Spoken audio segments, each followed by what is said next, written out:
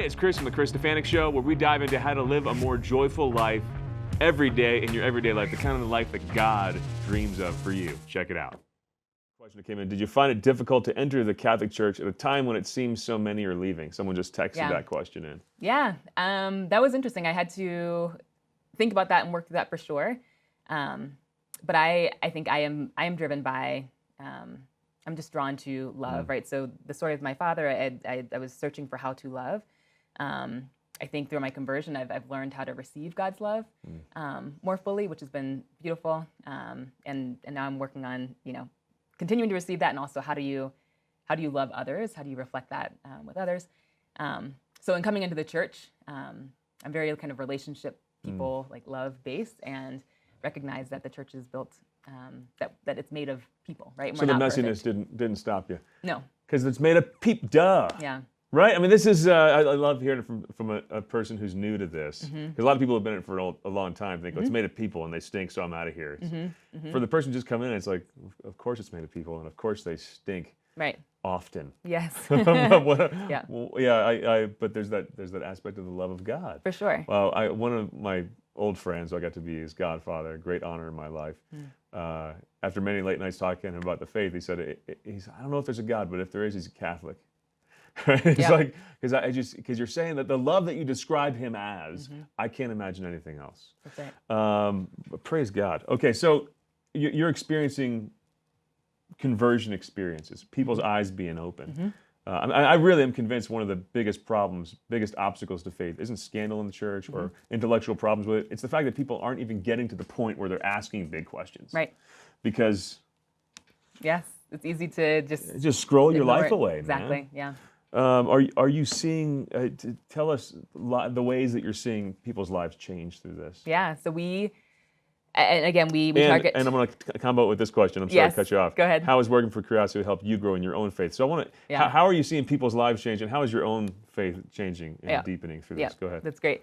So and seeing other people's lives change, I think really facilitating this encounter with authenticity, which it's hard to find on social media or kind of our day-to-day lives, especially for this generation 18 to 35 that's kind of grown with this distraction. We find that providing the environment for that silence and reflection, and then so we have a group of missionaries who are trained as certified outdoor guides, and we spend a lot of time with our missionaries, and they spend a lot of time learning how to listen, right? Learning how to listen.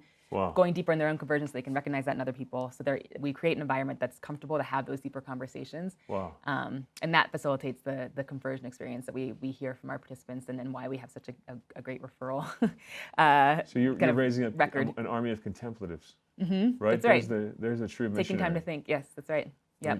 I think of great missionaries throughout the history of the church. John Paul II. I mean, the guy who spent so much time in prayer. He wasn't just out there talking and blabbing to people. He knew what to say because he listened to people. Yep. Again, this is one of those things that I'm afraid to throw out there because I'm afraid of you guys being inundated as a young organization. So you want to go on one of these trips, go to creatio.org. That's right. You want to become a missionary because what you just said, I'm going to guarantee you there's like 1,000 people who are like, that's a cool way to spend a summer or a year or whatever it is as a missionary. Yeah, it's amazing. An outdoor nature missionary. What does that look like, and how do people apply? Yeah, so it's hard work, but we have an amazing team of young people right now from 21 to 30 who are really interested or just passionate about evangelization and building relationships with the people that we encounter.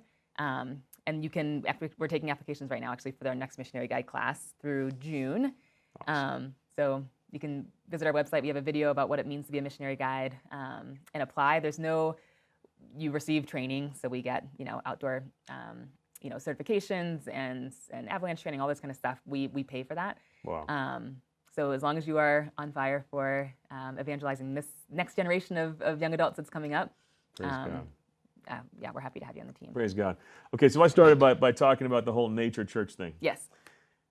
What do you say to people when they say, well, nature's my church? Or they appropriate Christian terms and concepts and then naturify them? Where I'm sure you've heard this so many times, for like, the universe. It's like, dude, look at COVID. The universe doesn't care about you. Right. But if you're applying personalistic ideas about the universe willing things and taking care of you, what you mean is God. But it's hard to break through sometimes when people are talking that way, because once you say God, it's like, oh, that demands a lot of things of me, and I'd rather not go there. Yeah. Did you struggle with that yourself? And what do you say to people when they talk about nature is my church? Yeah, so that's a good question. We actually are we're starting a push as an organization to go deeper in evangelization, right? So I mentioned that we do, a lot of our participants, about 80% are Catholics or former Catholics, and we want to start speaking to a broader audience of people, and start to reach out to those folks who are drawn to nature but don't know why, right? So people who are just like you were drawn to truth but didn't know why. That's right. Drawn to forgiveness, like, why do I want to? Oh, it's fantastic. Why is this bringing me some kind of peace, and what's the kind of deeper meaning to it?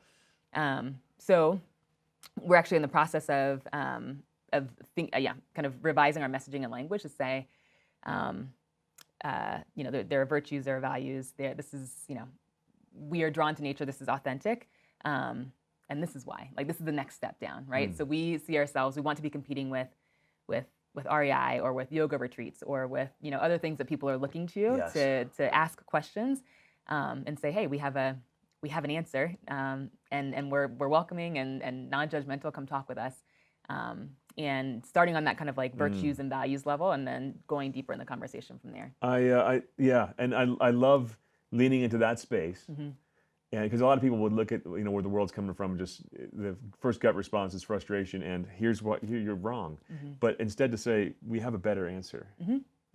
Yeah, and we want to talk about it. Yeah, we love to talk. Yes. To experience nature as a gift of someone who loves you is actually a better answer than just go learn how to survive in nature. That's right. Tell me, we have only 3.5 minutes left, dang, and I wish we had 2 hours.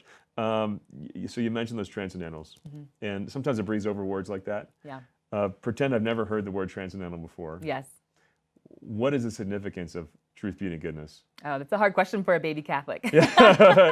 But you might give a better answer. I don't know. We'll see. The average dude, because honestly, most of us, we're not all that well formed. That's right.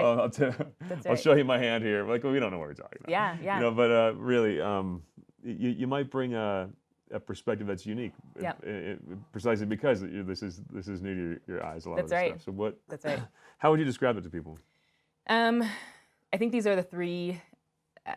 These are actually for me personally. Yeah. It was the common ground that I found with the Catholic Church, right? So I mentioned I was on a kind of crusade for truth to say I think I feel there is a truth. I'm curious about that. I want to look into that. I was drawn to beauty. I moved to Colorado and felt peace in the mountains.